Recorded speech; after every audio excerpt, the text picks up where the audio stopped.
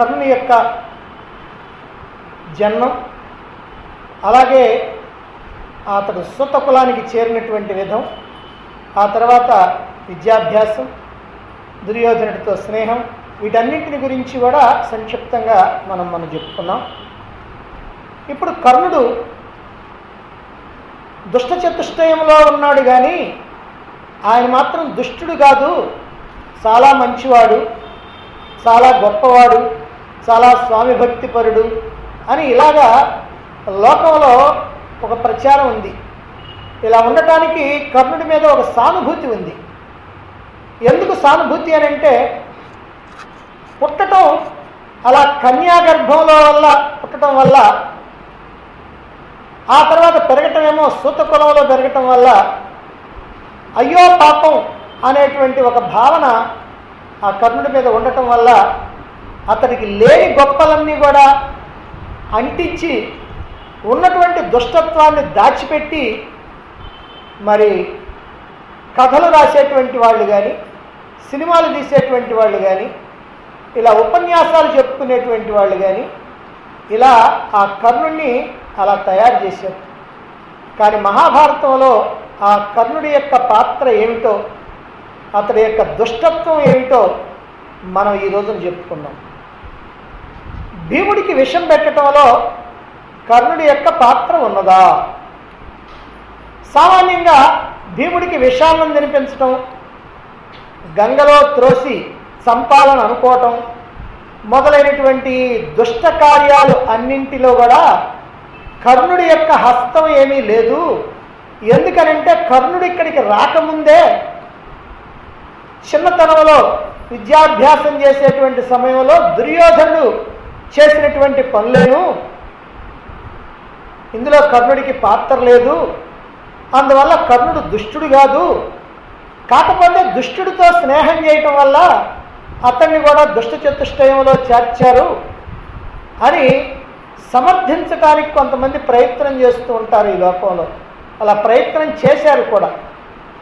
మరి ఈ విషయంలో మహాభారత గ్రంథం ఏం చెబుతున్నదో, నిజంగా కర్ణుడు అప్పుడు లేడా, ఉన్నాడా, ఉన్నప్పటికీ కూడా ఈ విషాన్నం పెట్టడంలో, ఈ గంగలో త్రోయించడంలో, ఈ లక్క ఇంటిలో తగలబెట్టడంలో, వీటన్నింటిలో కూడా కర్ణుడు ఉన్నాడా లేడా, అదంతా దుర్యోధనుడి యొక్క పనేనా అనేటువంటి విషయాన్ని మహాభారతం ఏం చెబుతుందో మనం ఇప్పుడు చూద్దాం. సంస్కృత మహాభారతం ఆదిపర్వం 127వ అధ్యాయంలో 26వ శ్లోకం దగ్గర నుంచి 128వ అధ్యాయం 33వ శ్లోకం వరకు భీముణ్ణి చంపటానికి రకరకాలైనటువంటి పనులు ఏం చేశాడో దుర్యోధనుడు, వాటన్నింటిని కూడా వివరించడం జరిగింది. భీముడితో స్నేహం నటిస్తూ దుర్యోధనుడు స్వయంగా విషం కలిపినటువంటి అన్నాన్ని తినిపించాడు. ఆ భీముడు అమాయకంగా ఈ విషం కలిపినటువంటి సంగతి తెలియక దుర్యోధనుడు ఎంత ప్రేమతో నాకు పెడుతున్నాడా అని ఎగిరెగిరి ఆనందంతో ముద్దలు ఆరగిస్తూ ఉంటే లోపల ఆనందిస్తూ దుర్యోధనుడు ఆ భీముడికి ఈ విషం కలిపినటువంటి అన్నం ముద్దల్ని తనే స్వయంగా చేత్తో ఆ భీముడి నోట్లో పెడుతూ ఉన్నాడు. ఈ విష ప్రభావం వల్ల స్పృహ కోల్పోయాడు భీముడు. అప్పుడు దుర్యోధనుడు తన యొక్క సోదరుల సాయంతో లతలతో బంధించి గంగా జలంలో విసిరేశాడు. దాంతో భీముడు నాగలోకంలోకి వెళ్ళిపడ్డాడు. ఆ నాగలోకంలో అష్టకుండ రసాన్ని, 8 కుండల రసాన్ని తాగుతాడు. ఒక్కొక్క కుండ రసాన్ని కనుక ఆపకుండా గటగటా తాగితే 1000 ఏనుగుల బలం వస్తుంది. 8 తాగాడు, అందుకని 8000 ఏనుగుల బలం వచ్చింది ఆ చిన్నతనంలో. అప్పుడు అలా తాగి 8 రోజులు అక్కడే ఒళ్ళు తెలియకుండా పడిపోయాడు, నిద్రపోయాడు 8 రోజులు. 9వ రోజున మెలకు వచ్చింది. అప్పుడు నాగరాజు ఆ భీముణ్ణి అనేకమైనటువంటి బహుమతులన్నీ ఇచ్చి అతన్ని కాస్త పంపించేస్తాడు. అలా వచ్చిన తర్వాత తల్లిని సోదరుల్ని కలుసుకొని జరిగినటువంటి విషయాన్ని చెప్పాడు భీముడు. ఇది ఇంతవరకు ఈ 2 అధ్యాయాల్లో ఉన్నటువంటి గాథ. ఆ తర్వాత దుర్యోధనుడు ఒక రోజున భీముడి యొక్క సారథిని చంపించాడు. అయితే భీముడికి కోపం వచ్చింది, కానీ విదురుడి యొక్క సలహాతో అధరస్పందనం చేయవద్దు అని విదురుడు చెప్పటం వల్ల, అంటే బయటికి మాట్లాడవద్దు ఈ విషయాన్ని అని చెప్పటం వల్ల పాండవులు కుంతి ఎవ్వరు కూడా పైకి తెలియకుండా మౌనంగా ఉన్నారు. ఆ తర్వాత మరొక రోజున దుర్యోధనుడు కాలకోటం అనేటువంటి పేరు కలిగినటువంటి విషాన్ని భోజనంలో కలిపి తినిపించడానికి ప్రయత్నించాడు. ఇది తెలుసుకున్నటువంటి ధృతరాష్ట్రుని యొక్క వైశ్యాపుత్రుడు యుయుత్సుడు భీముడితో వచ్చి చెప్పాడు, ఇలా దుర్యోధనుడు నీకు కాలకోట విషాన్ని గలిపినటువంటి అన్నాన్ని పెట్టాలనుకుంటున్నాడు, జాగ్రత్త అని. అలా చెప్పినప్పటికీ కూడా భీముడు ఆ విషాన్నాన్ని తిని అరిగించుకున్నాడు. దానికి కారణం ఏమిటంటే భీముడికి పొట్టలో ఉరకం అనేటువంటి అగ్ని ఉంది. అందుకనే ఆయన్ని వృకోదరుడు అంటాడు. వృకోదరుడు అంటే ఉరక ఉదరుడు, ఉరకం అనేటువంటి ఉదరం పొట్ట ఉన్నటువంటి వాడు, ఉరకం ఉన్నటువంటి పొట్ట, ఉరకం అనేటువంటి అగ్ని. ఇంకొక అర్థం కూడా ఉంది, ఉరకం అంటే తోడేలు, తోడేలు పొట్ట ఉన్నటువంటి వాడు అని మరొక అర్థం. అంటే ఎంత తిన్నా సరే ఆ పొట్ట అట్లానే ఉంటుందండి. అందుకని అలా తిని అరిగించుకున్నాడు. మరి ఆ తర్వాత ఏవం దుర్యోధన కర్ణ శకునశ్చాపి సౌబల అనేకైరభ్యుపాయైస్తాన్ జిఘాంసంతి స్మ పాండవాన్. ఇది తర్వాత శ్లోకం. అక్కడ 39వ శ్లోకం వరకు ఆ భీముడికి ఉరకం అనేటువంటి అగ్ని ఉదరంలో ఉంది అని చెప్పి, ఏవం ఈ ప్రకారంగా దుర్యోధన కర్ణ శకునిశ్చాపి సౌబల, దుర్యోధనుడు కర్ణుడు సుబలపుత్రుడైనటువంటి శకుని అనేకైరభ్యుపాయై, అనేకమైనటువంటి ఉపాయాల ద్వారా జిఘాంసంతి స్మ పాండవాన్, ఈ పాండవుల్ని చంపటానికి ప్రయత్నం చేస్తూ ఉన్నారు అని సంస్కృత మహాభారతంలో చక్కగా ఈ శ్లోకం ఉంది. అంటే ఇక్కడ చంపినటువంటి వాళ్ళు ఎవరన్నమాట? ఒట్టి దుర్యోధనుడు మాత్రమే కాదు, కర్ణుడు శకుని వాళ్ళు కూడా ఉన్నారు. దుర్యోధనశ్చ కర్ణ శకుని సౌబల, కాబట్టి ముగ్గురు ఉన్నారన్నమాట. అంటే పాండవుల్ని తుదముట్టించేటువంటి విషయంలో దుర్యోధనుడితో పాటుగా కర్ణుడు శకుని కూడా ఉన్నారు అనేటువంటి విషయం రుజువైపోతా ఉంది. అయితే కేవలం అక్కడ వ్యాసుడు ఇచ్చినటువంటి దానిలోనే కాకుండా కర్ణుడే స్వయంగా ఏమన్నాడో చూద్దాం. ఎప్పుడు అంటే 14వ రోజు యుద్ధం అయిపోయిన తర్వాత, అంటే సైంధవుణ్ణి వధిస్తానని అర్జునుడు ప్రతిజ్ఞ చేసి ఆ ప్రతిజ్ఞను నిలుపుకున్న తర్వాత, సైంధవ వధ తర్వాత సైంధవుణ్ణి రక్షించడం కోసం ద్రోణాచార్యుడు ఒక అపూర్వమైనటువంటి వ్యూహాన్ని రచించాడు.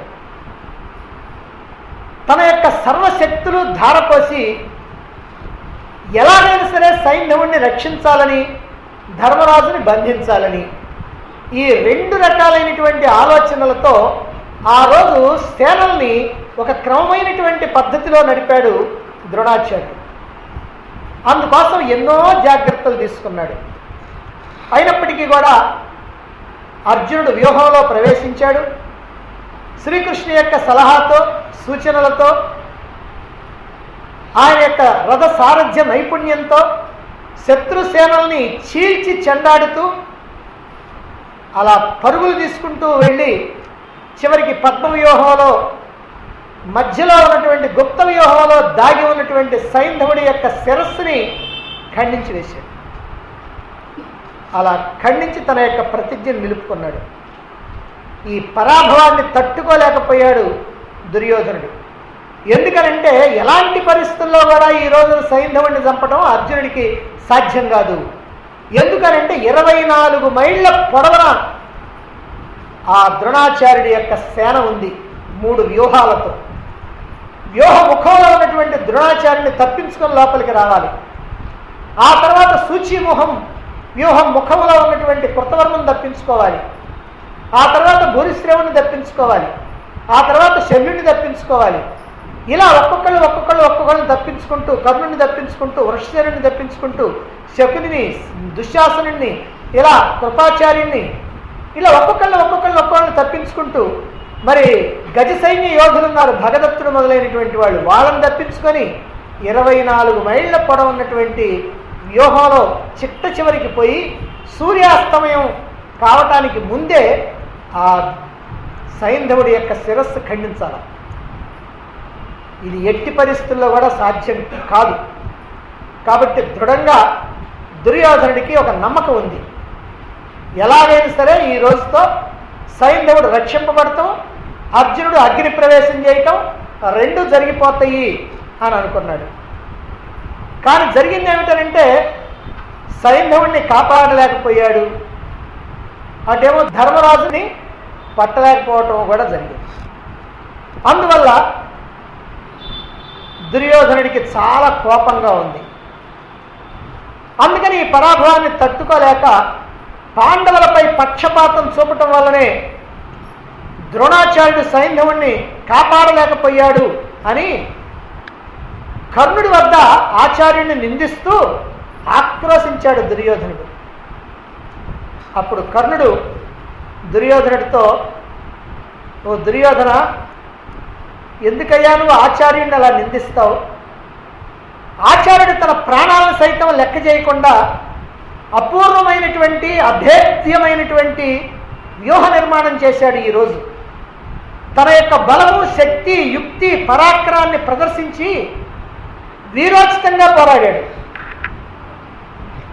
అర్జునుడిని నిరోధించలేకపోయాడు అని అంటే అందులో ద్రోణాచార్యుడి యొక్క అశక్తత కాదు, అర్జునుడి యొక్క బలం, పరాక్రమం అలాంటిది అని గమనించు.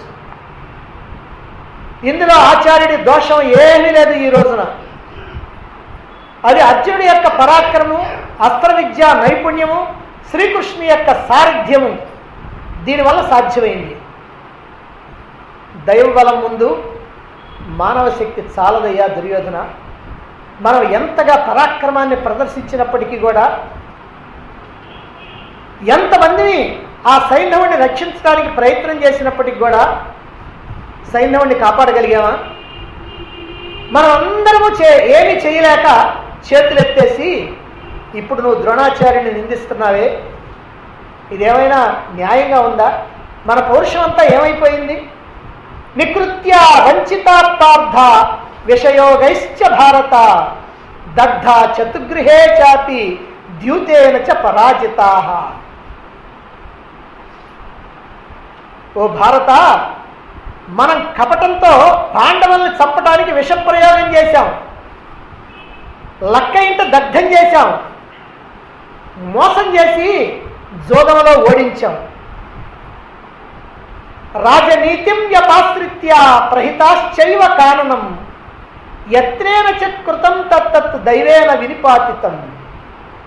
రాజనీతిం వ్యపాశ్రిత్య, రాజనీతిని అనుసరించి అరణ్యాలకు పంపాం పాండవుల్ని. ఇలా ప్రయత్నపూర్వకంగా ఎన్ని రకాలుగా పాండవుల్ని నాశనం చేయడానికి ప్రయత్నం చేసినా మనం చేసినటువంటి కార్యాలన్నీ కూడా దైవం చేతనే వ్యర్థమైపోయినాయి అని కర్ణుడు స్వయంగా దుర్యోధనుడితో ద్రోణాచార్యుడి యొక్క సమక్షంలో ఇలా చెబుతున్నాడు.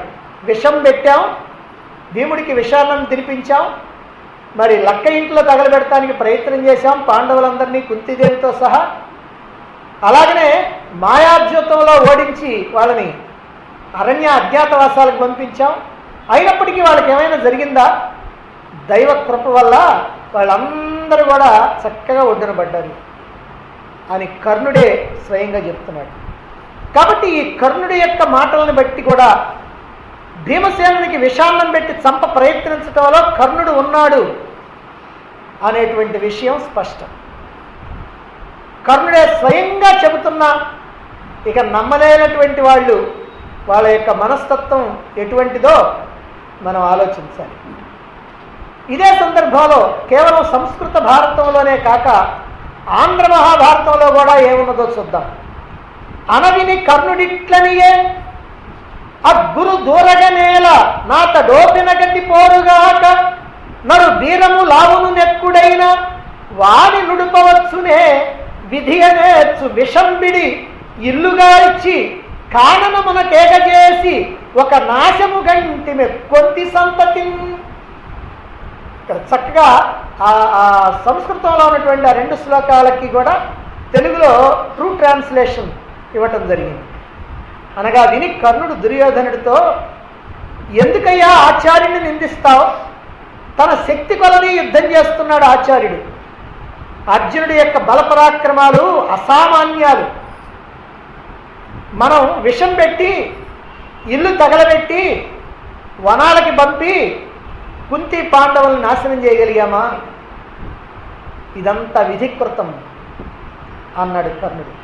దీన్ని బట్టి దుర్యోధను యొక్క దుష్ట కార్యాలన్నింటిలో కర్ణుడు ఉన్నాడని, అందులోనూ భీముడికి విషాన్నం పెట్టడంలో, గంగలో త్రోయించడంలో కర్ణుడి యొక్క పాత్ర ఉన్నదని చక్కగా తేట తెల్లం అవుతా ఉంది. అయితే లోకంలో ఎందుకని దీన్ని నమ్మలేకపోతున్నారు అని కనుక మనం జాగ్రత్తగా ఆలోచిస్తే దీనికి ఒకటే కారణం. గ్రంథాన్ని చూడకుండా సినిమాలను చూచి, లేకపోతే వాళ్ళు వీళ్ళు చెప్పినటువంటి మాటలు విని ఒక నిర్ణయానికి వచ్చినటువంటి వాళ్ళు గనక, అంటే గ్రంథాన్ని పరిశీలన చేయనటువంటి వాళ్ళు గనక అలా అనుకుంటా ఉంటారు. ఏమిటంటే భీముడికి విషం పెట్టింది ఎప్పుడో చిన్నప్పుడు కదా, మరి కర్ణుడేమో ఇక్కడికి వచ్చింది కుమారాస్త్ర విద్యా ప్రదర్శన, అంటే విద్యాభ్యాసం పూర్తయిపోయిన తర్వాత కదా. కాబట్టి మరి కర్ణుడు ఇక్కడ లేనప్పుడు ఈ విషాన్నం పెట్టడంలో ఆయన ఎక్కడున్నాడు? అనవసరంగా ఆయన్ని కూడా దీంట్లో దూర్చేశారు, దుష్టుడిగా చలామణి చేయటం కోసము అని అనుకుంటూ ఉంటారు. అయితే మరి కర్ణుడు కుమారాస్త్ర విద్యా ప్రదర్శన సమయంలోనే హస్తినాపురం వచ్చాడా? అప్పుడే దుర్యోధనుడితో స్నేహం ఏర్పడిందా? భీముడికి విషం తినిపించేటప్పుడు, ఆటలాడుకునేటువంటిప్పుడు మరి ఆ సమయంలో కర్ణుడు ఇక్కడ లేడా?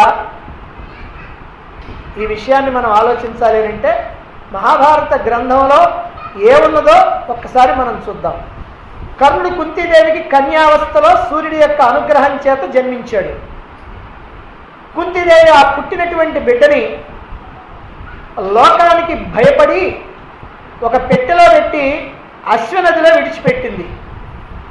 అది ప్రవాహ వేగాన్ని బట్టి చర్మణవతి నదిలోకి, ఆ నది నుంచి యమునా నదిలోకి, ఆ నది నుంచి గంగా నదిలోకి వచ్చి ఆ గంగా నదిలో అలా ప్రవహిస్తూ ప్రవహిస్తూ ఆ పెట్టె చంపాపుర ప్రాంతంలో ధృతరాష్ట్రుని యొక్క రథసారథైనటువంటి అతిరథుడు, ఆయన యొక్క భార్య రాధ ఆ గంగా నదిలో స్నానం చేస్తూ ఉంటే వారి కంటబడింది ఈ పెట్టె.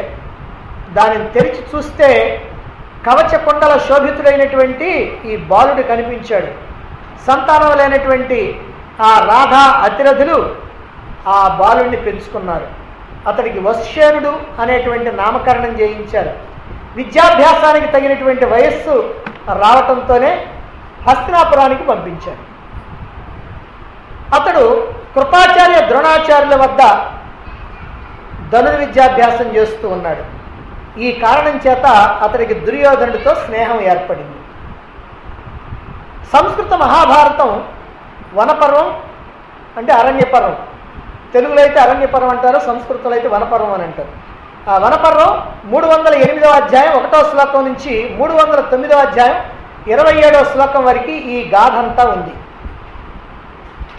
పాండవుల కన్నా, ధార్తరాష్ట్రుల కన్నా అంటే దుర్యోధనాదుల కన్నా దాదాపు 10 సంవత్సరాలు పెద్దవాడు కర్ణుడు. అందువల్ల విద్యాభ్యాసానికి వీళ్ళకంటే ముందే కృపాచార్యుడి దగ్గరికి వచ్చాడు. ఎందుకని పెద్దవాడు?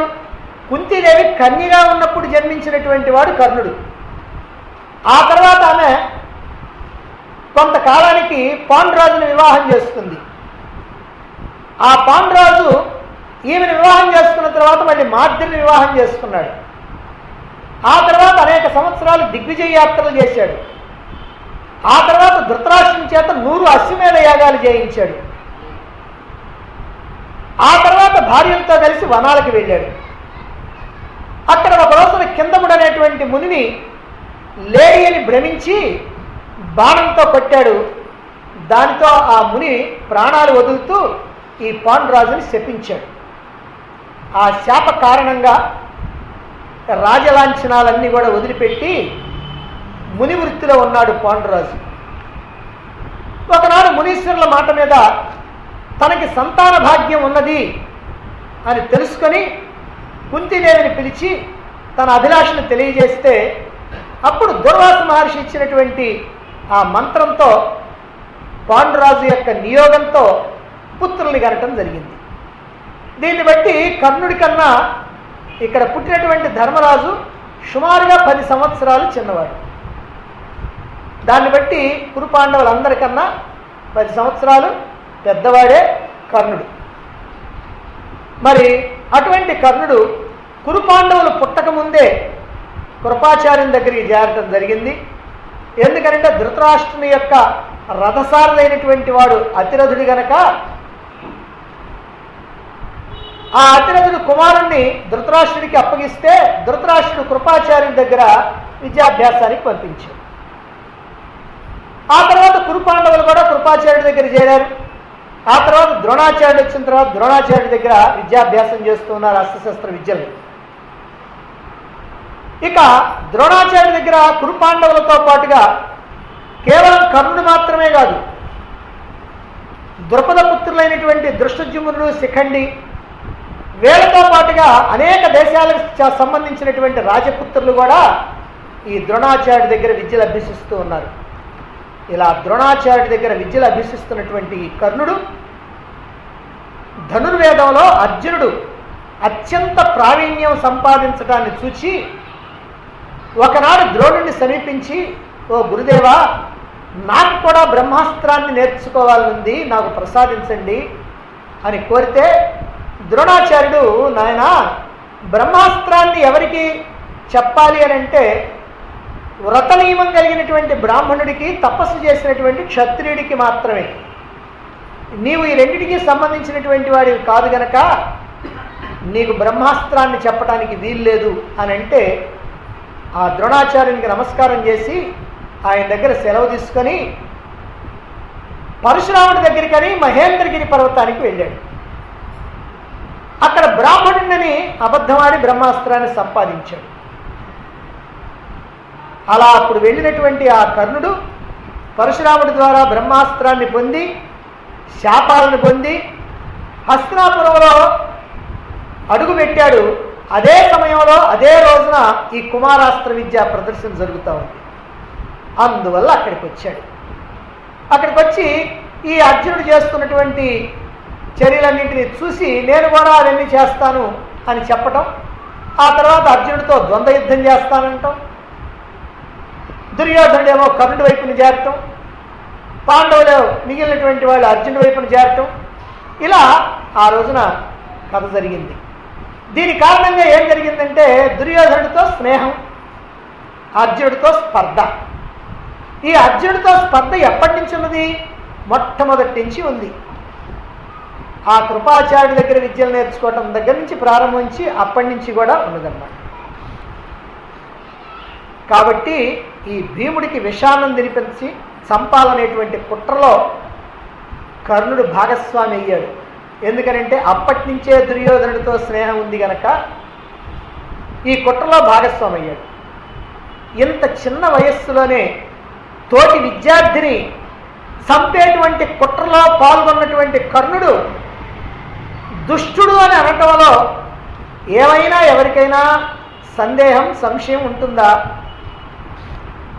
ఎందుకనంటే రాజ్యాధికారం తమ చేతి నుంచి జారిపోతుంది అనేటువంటి భయంతో పాండవుల్ని తుదముట్టించాలి అనే స్వార్థ బుద్ధితోటి దుర్యోధనుడు భీముడిని చంపాలనుకున్నాడు. మరి కర్ణుడు ఎందుకు అనుకున్నాడు? కర్ణుడికి ఏమైనా రాజ్యం వస్తుందా భీముడిని చంపితే? ఏమి రాదు. అప్పటికేం దుర్యోధనుడు కర్ణుడికేం అంగరాజ్యాన్ని ఇవ్వాల. మరైతే ఎందుకు?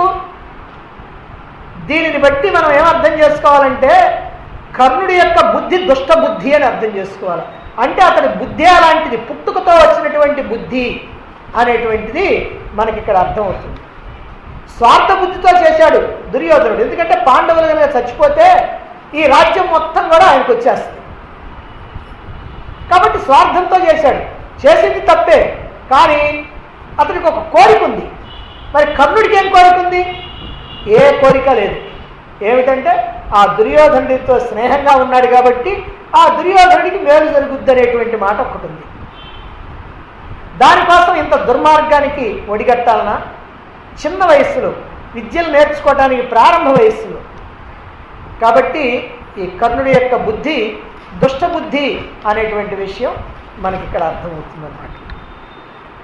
ఇక చిన్నప్పుడు విషాన్నం పెట్టడం సంగతి అయిపోయిన తర్వాత లక్క ఇంట కుంతీదేవితో సహా పాండవుల్ని తగలబెట్టేటువంటి విషయంలో కర్ణుడి యొక్క పాత్ర ఏమైనా ఉన్నదా?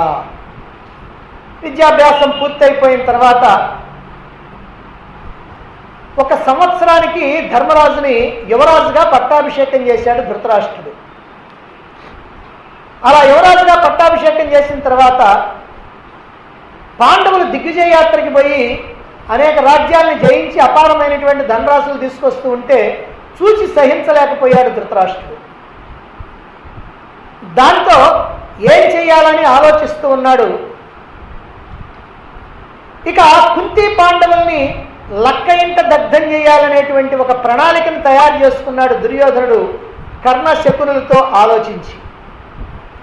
ఈ దుష్ట కార్యాన్ని ధృతరాష్ట్రుడి యొక్క అనుమతితో దుర్యోధనుడు చేస్తాడు. అయితే ఇది దుర్యోధనుడికి ధృతరాష్ట్రుడికి సంబంధించినటువంటి ప్రయత్నమే తప్ప ఇందులో కర్ణుడి యొక్క పాత్ర ఏమీ లేదు అని కర్ణాభిమానులైనటువంటి వాళ్ళు చెబుతూ ఉంటారు. ఎందుకంటే ఎలాగైనా సరే కర్ణుడు దుష్టుడు కాదు, అతడు చాలా సత్పురుషుడు, మంచివాడు అని నిరూపించాలి అనేటువంటి తపన, దానితో ఈ తంటాలు పడుతూ ఉంటారు. కానీ లాక్షాగ్రహ దహనం అనేటువంటి దుష్ట కార్యంలో నిజంగా కర్ణుడు ఉన్నాడు.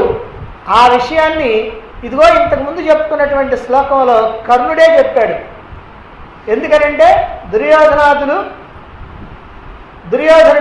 ఆ సైంధవుడి యొక్క వధకి ద్రోణాచార్యుడి మీద కోపిస్తే, ఎందుకయ్యా కోపిస్తావు, విధి అలాగా ఉంది, మనం భీముడిని విషాణం పెట్టి చంపడానికి ప్రయత్నించాం, అలాగే లక్క ఇంటిలో తగలబెట్టి కుంతి పాండవుల్ని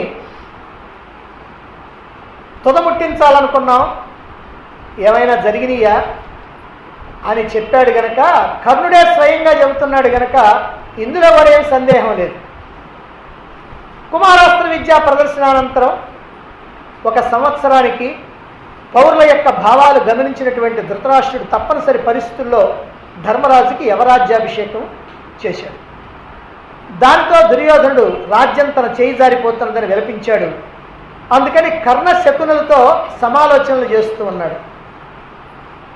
తత సుబలపుత్రస్తు, సుబలపుత్రుడు అంటే శకుని, తత సుబలపుత్రస్తు రాజా దుర్యోధనశ్చ దుశ్శాసనశ్చ కర్ణశ్చ దుష్టం మంత్రమమంత్రయన్ తే కౌరవ్య మనుజ్యాప్య ధృతరాష్ట్రం నరాధిపం దహనేతు సపుత్రాయాః కుంత్యా బుద్ధిమకారయన్. ఆ తర్వాత సుబలపుత్రుడు శకుని, దుర్యోధనుడు, దుశ్శాసనుడు, కర్ణుడు తమలో తాము రహస్యంగా దురాలోచనలు చేస్తూ ఉన్నారు. మహారాజు ధృతరాష్ట్రుని యొక్క అనుమతి తీసుకొని పుత్రులతో సహా కుంతీదేవిని అగ్నిలో దగ్ధం చేయాలని సంకల్పించుకున్నారు. ఇది ఆ 2 శ్లోకాల యొక్క భావం. కాబట్టి దీనిలో కర్ణుడి యొక్క పాత్ర ఉన్నది, కర్ణుడి యొక్క చెయ్యి ఉన్నది అనేటువంటి విషయం మనకు అర్థమవుతుంది. కనుక కుంతీదేవితో సహా పాండవుల్ని అగ్నిలో దగ్ధం చేయాలనేటువంటి ఆలోచన దుర్యోధనుడు ఒక్కడిదే కాదు, అది శకుని కర్ణులతో సహా దుష్ట చతుష్టయం మొత్తాన్ని. అందుకే కర్ణుడు దుష్ట చతుష్టయంలో ఉన్నటువంటి వాడయ్యాడు. అంతేకాకుండా అదే అధ్యాయంలో ప్రాణాధికం భీమసేనం కృత విద్యం ధనంజయం దుర్యోధనో లక్షయిత్వా పర్యతప్యత దుర్మనాః తతో వైకర్తనః కర్ణః శకునిశ్చాపి సౌబలః అనేకైరభ్యుపాయైః తే జిఘాంసంతి స్మ పాండవా. అందరికన్నా అధిక బలవంతుడైనటువంటి భీమసేనుని, అస్త్ర విద్యలో శ్రేష్ఠుడైనటువంటి అర్జునుడిని చూచి దుర్యోధనుడు ఎల్లప్పుడూ సంతాపం చెందుతూ ఉన్నాడు. అతడు ఎంతగానో దుఃఖిస్తూ ఉన్నాడు. అప్పుడు సూతపుత్రుడైనటువంటి కర్ణుడు, సుబలపుత్రుడైనటువంటి శకుని అనేక ఉపాయాలతో పాండవులను చంపటానికి ప్రయత్నాలు చేస్తూ ఉన్నారు. కాబట్టి దుర్యోధనుడి యొక్క దుఃఖాన్ని చూచి ప్రయత్నాలు చేస్తున్నారట వీళ్ళిద్దరు. కనుక ఇక్కడ కూడా కర్ణుడు ఈ దుష్ట కార్యంలో ఉన్నాడు. అంటే పాండవుల యొక్క హత్యా ప్రయత్నంలో కర్ణుడు ప్రముఖమైనటువంటి పాత్రనే వహిస్తున్నాడు అనేటువంటి విషయం ఇక్కడ మనకి రుజువు అవుతా ఉంది. కర్ణుడు దుష్టుడు అనేందుకు ఏ రకమైనటువంటి సందేహం లేదు. దుర్యోధనుపై ఉన్నటువంటి స్వామి భక్తి వల్ల కర్ణుడు ఇలా చేశాడండి. అంటే దుర్యోధనుడితో స్నేహం చేస్తున్నాడు, దుర్యోధను మీద గొప్ప స్వామి భక్తి ఉంది, అందువల్ల కర్ణుడు ఎలాంటి పనుల్లో ఉంటే ఉండొచ్చు. భీముడికి విషం తినిపించడం కానీ, గంగలో దోయించడం కానీ, లేదా లక్క ఇంటికి నిప్పు పెట్టడంలో కానీ ఈ కార్యాలన్నీ కూడా కర్ణుడి విషయంలో ఇవి దుర్గుణాలు కాదు, అవి సుగుణాలే. ఎందుకు చేశాడనంటే దుర్యోధనుడికి తృప్తి కలగటం కోసమని, దుర్యోధనుడి యొక్క దుఃఖాన్ని నివారించడం కోసమని అలా చేశాడు అని చెప్పేటువంటి మహానుభావులు కొంతమంది ఉన్నారు. మరైతే ఒక మనిషికి విషం పెట్టి చంపాలనుకోవటం, తాళతో గట్టి గంగలో తోసేయటం, లక్క ఇంటిలో 5 పాండవుల్ని కుంతీదేవిని పెట్టి తగలబెట్టేసేయటం, ఇవన్నీ కనుక సుగుణాలు కనుక అయితే ఇక మరి దుర్గుణాలు ఎట్లా ఉంటాయో ఇక మనమే ఆలోచించుకోవాలి.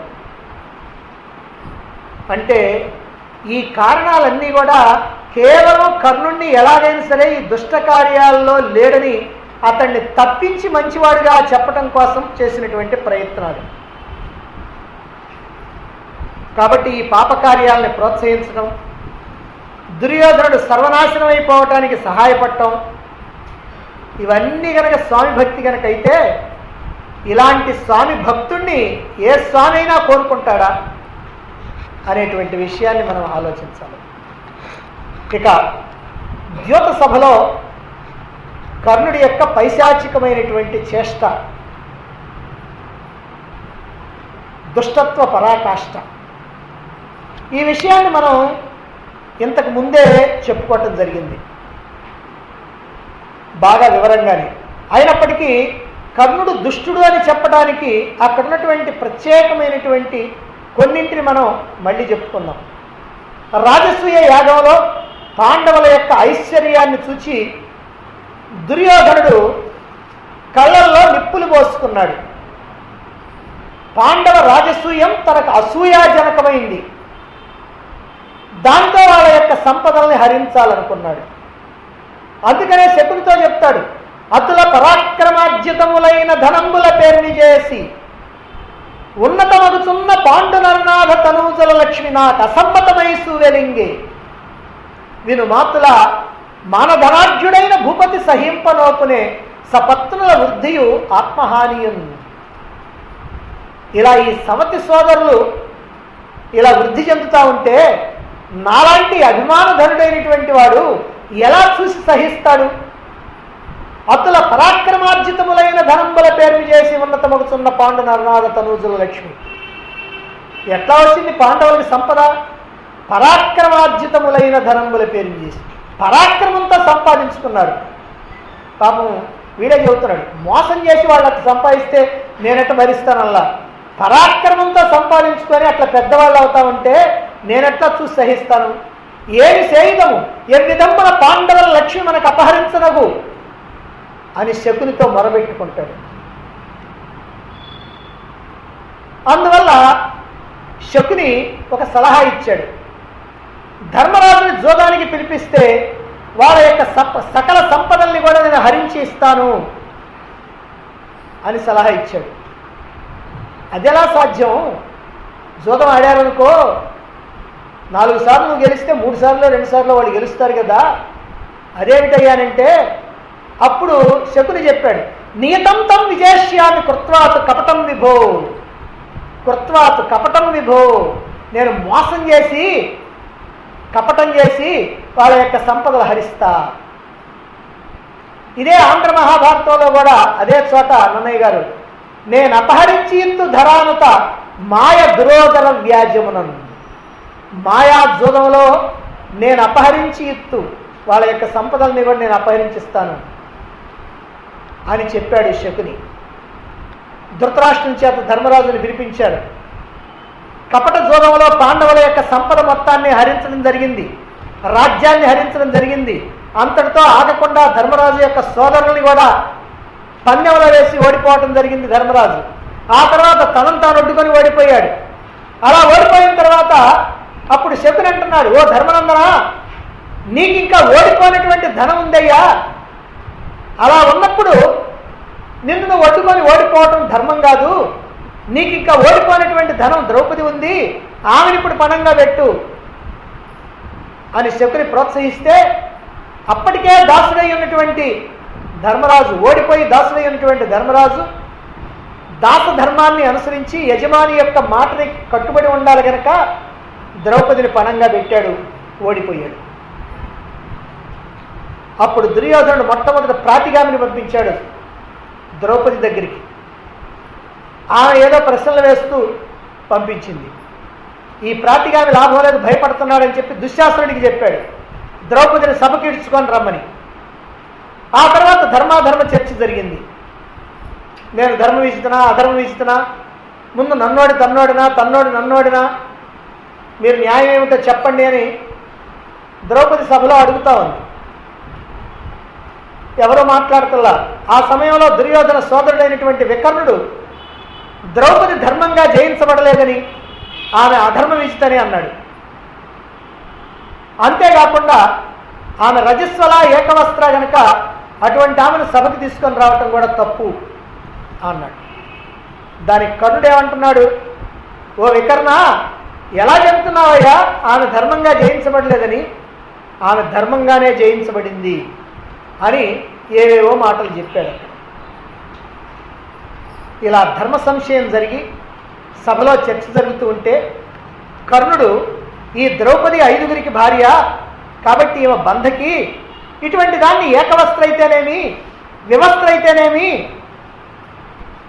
ఇటువంటి బంధకిని వివస్త్రం చేసి సభకు తెచ్చినా తప్పు లేదు అని పలికి ఇక దుశ్శాసనుడితో అంటున్నాడు, దుశ్శాసన శుభాలోయం వికర్ణ ప్రాజ్ఞవాదిక పాండవానాంచ వాసాంసి ద్రౌపద్యాశ్చాప్యుపాహర. ఓ దుశ్శాసన, ఈ వికర్ణుడు బాలుడు గొప్ప విద్వాంసుడిలాగా మాట్లాడుతూ ఉన్నాడు, నువ్వు పాండవుల యొక్క ద్రౌపది యొక్క వస్త్రాలని హరించేసేయి అన్నాడు.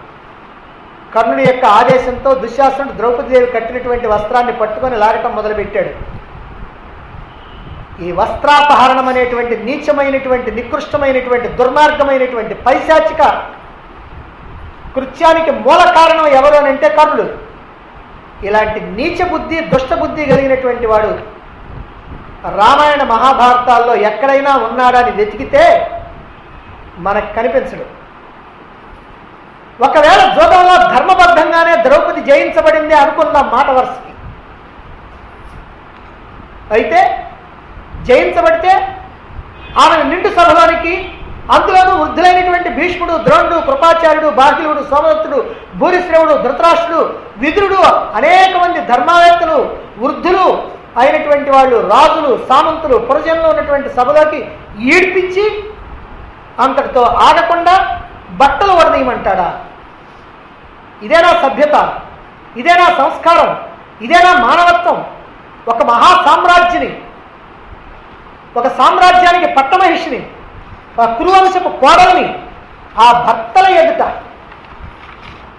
వృద్ధులైనటువంటి వాళ్ళ ఎదుట, మహాత్ముల ఎదుట నిండు సభలో బట్టలు విప్పదీయమంటాడా? ఇది రాక్షస కృత్యం అంటానికి కూడా వీల్లేదు. ఎందుకనంటే రామాయణంలో మనకు ఒక రాక్షసుడు ఉన్నాడు, ప్రధాన పాత్రధారి. ఎవరంటే రావణాసురుడు. ఆ రావణాసురుడు కూడా సీతాదేవిని ఎత్తుకు వెళ్ళి తన ఇంట్లో ఉంచలా, అశోకవనంలో ప్రత్యేకంగా ఉంచాడు. ఆమెను తాకను కూడా తాకల. అది రాక్షస కృత్యం.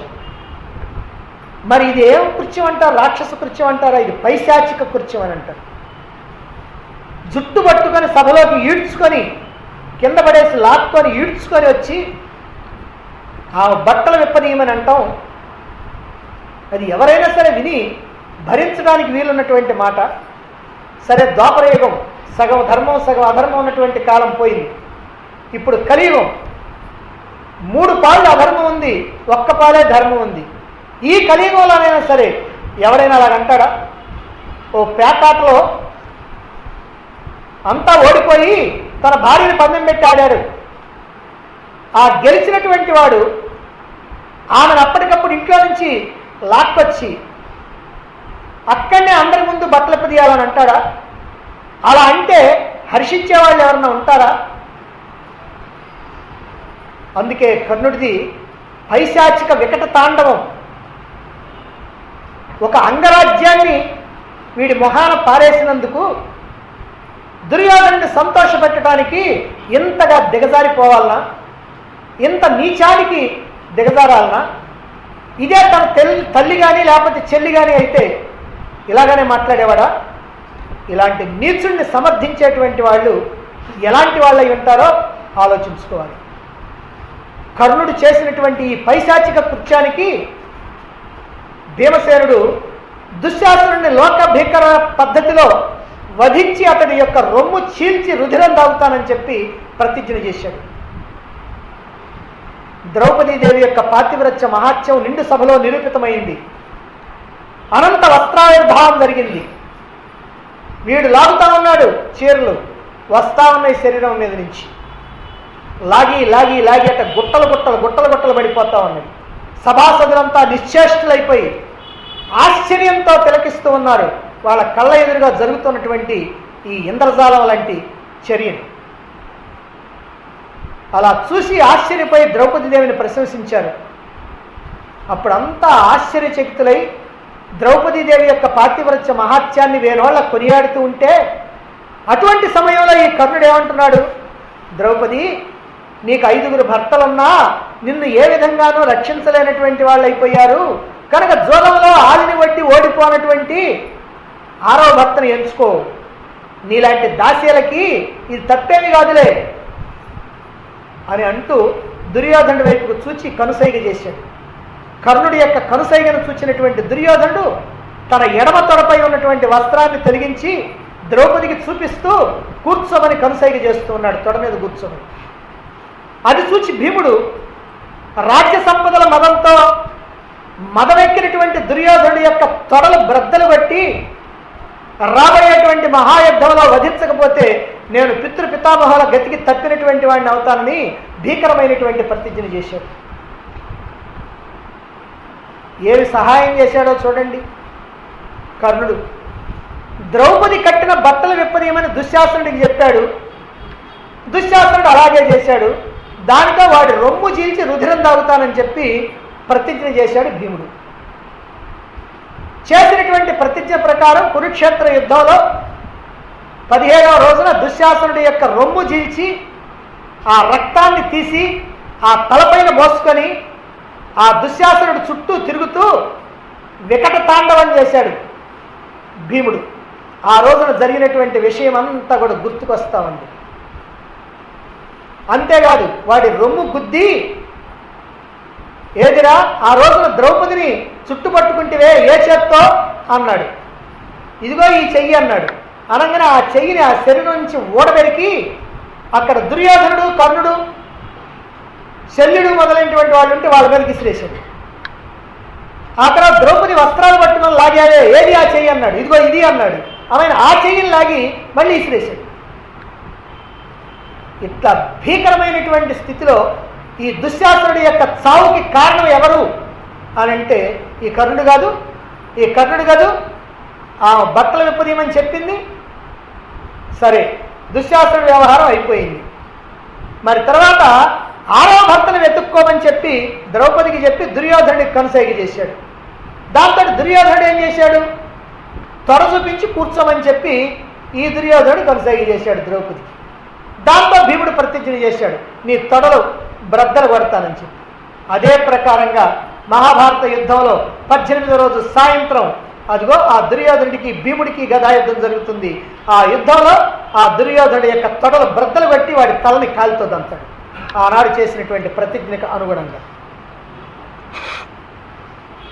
దుష్టులకి దైవం సహకరించదు అనేటువంటి విషయం మనం ఇక్కడ గమనించవచ్చు. అంటే ఈ దుర్యోధన దుశ్శాసనుల యొక్క మరణానికి, వాళ్ళ యొక్క పరాభవానికి కారణభూతుడైనటువంటి వాడు, చక్కగా వాళ్ళని నాశనం చేయటానికి కారణమైనటువంటి వాడు ఇదిగో ఈ కర్ణుడు. ఇలా చేసినటువంటి ఈ కర్ణుడికి ఏం జరిగింది? ఆ బ్రాహ్మణుడి యొక్క శాపం కారణంగా ఆ రథచక్రం భూమిలోకి కృంగిపోతే అప్పుడు వదిలినటువంటి అర్జునుడి యొక్క బాణంతో ఆ కర్ణుడి యొక్క తల తెగిపోయి అల్లంత దూరంలో పడిపోయింది. దిక్కులేనటువంటి చావు చచ్చాడు. కాబట్టి ఇది దుర్మార్గుల యొక్క, దుష్టుల యొక్క చిట్ట చివరి పరిస్థితి. కొంతకాలం ఎగరొచ్చు, గంతులు వేయొచ్చు. ఆ రోజున గంతులు వేశారు. ద్రౌపదీదేవి చుట్టూ తిరుగుతూ గోవు గోవు గోవు అని అపహాస్యం చేశాడు దుశ్శాసనుడు. అది చూచి నవ్వాడు కర్ణుడు, శకుని, దుర్యోధనుడు. ఆ తర్వాత భీముడు చుట్టూ, వీళ్ళందరి చుట్టూ అరణ్యాలకు పోతూ ఉంటే వాళ్ళ చుట్టూ తిరిగి ఎద్దు ఎద్దు ఎద్దు అని వాళ్ళని అవమానం చేశాడు. అందుకనే ఇప్పుడు భీముడు కూడా వాడి చుట్టూ తిరిగి అదిగో ఈ రకంగా వికట తాండవం చేశాడు. చూచేటువంటి వాళ్ళందరూ కూడా భయపడిపోయారంట. భీముడు ఆ రోజున దుశ్శాసనుడిని చంపుతూ ఉంటే ఎవరు చంపుతున్నారు, ఏం చేస్తున్నారు అనేటువంటిది ఏమీ తెలియలేదు. ఎక్కడ యుద్ధం చేసేటువంటి వాళ్ళు అక్కడనే ఆగిపోయారు. రథాల మీద ఉన్నవాళ్ళు రథాల మీద ఉన్నారు, నేల మీద ఉన్నవాళ్ళు నేల మీద ఉన్నారు, గుర్రాల మీద ఉన్నవాళ్ళు గుర్రాల మీద ఉన్నారు, ఏనుగుల మీద ఉన్నవాళ్ళు ఏనుగుల మీద ఉన్నారు. ఇది చూస్తూ చూస్తూ ఉంటే వాళ్ళకి తెలియకుండానే వాళ్ళ చేతుల్లో ఉన్నటువంటి ఆయుధాలన్నీ జారి కింద పడిపోయినాయి. అంతా నిశ్చేష్టులై చూస్తూ ఉన్నారు. ఈ భీమసేనుడు ఎప్పుడైతే ఈ రక్తం, ఆ దుశ్శాసనుడి యొక్క రక్తాన్ని పైన పోసుకున్నాడో, వికట తాండవం చేస్తూ ఉన్నాడో, ఎవరో రాక్షసుడు వచ్చాడు, ఏదో జరిగిపోతా ఉందని సైనికులంతా భయంతో పరుగులు తీస్తూ ఉన్నారు. ఈ భయం కేవలం కౌరవ సైనికులే కాదు, పాండవ సైనికులు కూడా భయపడి పారిపోయారు. ఎందుకంటే వాళ్ళు కూడా ఆశ్చర్యపోతూ ఉన్నారు. ఇది అందుకనే చెప్పాడు, లోక భీకరలేలను వధింతునని. లోకమంతా భయపడిపోయేటట్టుగా నిన్ను వధిస్తానని ప్రతిజ్ఞ చేశాడు.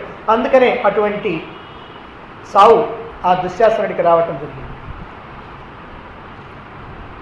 ఇంకా ఘోషయాత్ర సందర్భంగా అలాగనే పాండవుల్ని అరణ్యాలకు పంపించిన తర్వాత వాళ్ళు ఎందుకు అక్కడ సుఖంగా ఉండాలి, మళ్ళీ వాళ్ళు ఏమైనా తిరిగి వస్తారేమో 13 ఏళ్ళకి ముందే, కాబట్టి ఏం చేయాలా అనేటువంటి చర్చ జరిగి కర్ణుడు సలహా చెప్తాడు. మళ్ళీ కర్ణుడు ఎప్పుడు ఏ సలహా చెప్పినా చక్కగా వాళ్ళ నాశనానికి ఉపయోగపడుతూ ఉంటుంది.